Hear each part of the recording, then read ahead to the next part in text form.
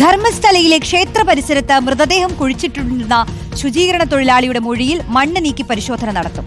ക്ഷേത്ര പരിസരങ്ങളിൽ ground penetrating radar ഉപയോഗിച്ച് പരിശോധിക്കാനാണ് തീരുമാനം.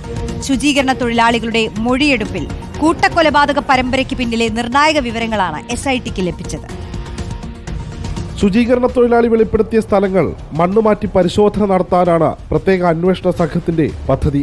ഇന്നുച്ചയോടെ മണ്ണിനടിയിലെ മൃതദേഹാവശിഷ്ടങ്ങൾ കണ്ടെത്താനായി പെനട്രേറ്റിംഗ് റഡാർ എത്തിച്ച് പരിശോധന നടത്തിയേക്കും. ക്ഷേത്രത്തിൽ ജോലി ചെയ്തിരുന്ന സമയം എവിടെയൊക്കെയാണ് സ്ത്രീകളുടേതും കുട്ടികളുടേതും അടക്കം നിരവധി മൃതദേഹങ്ങൾ കുഴിച്ചിട്ടതെന്ന കൃത്യമായ വിവരം അന്വേഷണ സംഘത്തിന് ലഭിച്ചു. ധർമ്മസ്ഥലയ്ക്കടുത്ത് ബെൽത്തങ്ങാടിയിൽ പ്രത്യേക അന്വേഷണ സംഘത്തിന്റെ ക്യാമ്പ് ഓഫീസ് കേന്ദ്രീകരിച്ചായിരിക്കും പരിശോധന നടക്കുക.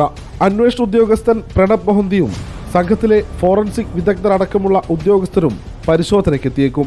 നിർണായക തെളിവുകൾ ലഭിച്ചാൽ കൂട്ടക്കൊലപാതകം നടത്തിയ പ്രതികളിലേക്ക് എളുപ്പത്തിലെത്താൻ കഴിയുമെന്ന വിശ്വാസത്തിലാണ് പ്രത്യേക അന്വേഷണ സംഘം. റിപ്പോർട്ടർ, ധർമ്മസ്ഥല.